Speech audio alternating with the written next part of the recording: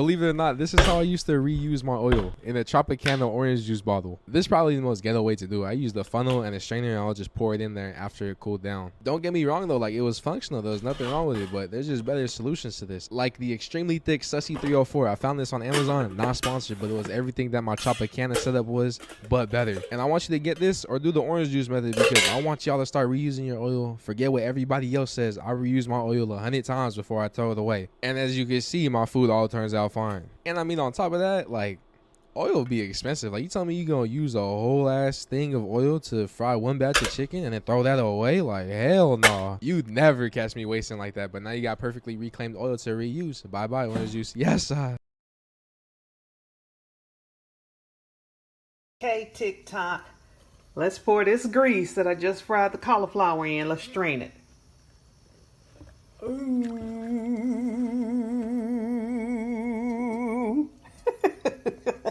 So normally you would strain this in cheesecloth, but if you don't have cheesecloth, use a paper towel. I'm gonna let this drip and I'm gonna strain it again. I want you to see how clear it is. This is what they do in restaurants. They strain it and strain it and strain it. You know when you go in them fried food places, fried chicken places, you get the chicken and it's off, it's because they've reused the grease too much or they didn't strain it properly. I'm going to strain this twice. Look at that, y'all. It don't look like that grease was ever used, does it? That's how you keep your stuff fresh. That's how your stuff tastes good. You strain it, and you can strain flour like that when you're frying stuff. Strain that stuff, y'all. It makes. Before anyone says anything, you definitely can use used oil for frying. But let's clean it first. I got this cheesecloth from Amazon, and it's one long piece. You can cut to the desired amount. Then next, you're going to take a strainer and put it on top of a bowl or a measuring cup like that. Put this muslin cheesecloth on top and pour your oil. Pour gently so a lot of the burned off stuff doesn't come in all at once. And now you're just going to lift your cheesecloth, let any excess oil drip, and that's it, remove it. Now you're just going to put this used cheesecloth in your used oil and you're going to clean it off. Once you have removed the excess oil, you're going to grab a paper towel and wipe it off.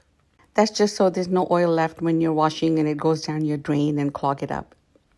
Next, just wash and rinse with hot water and some soap until completely cleaned.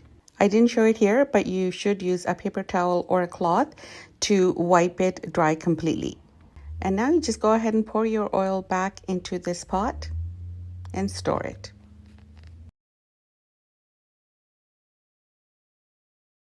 Wondered how do restaurants restore their cooking oil? This way, they are using corn flour, cornstarch to restore your cooking oil. 1, 2 of your cornstarch, mix with a bit of water, not too much water, as you know that water and oil doesn't connect very well. So this is our cornstarch. We are restoring our cooking oil. Your cooking oil is nice and hot in your stove. Restoring your cooking oil, saving a lot of money with only your corn flour. Cornstarch, corn flour, a way to go to restore your cooking oil.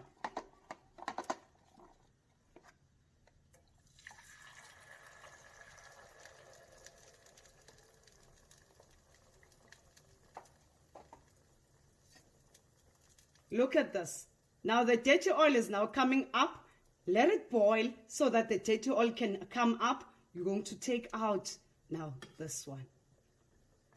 Oh, nice. Oh, nice. Oh, nice. Better way of restoring your cooking oil. I am mbalisnhlaponhlapho and I'm a housekeeper.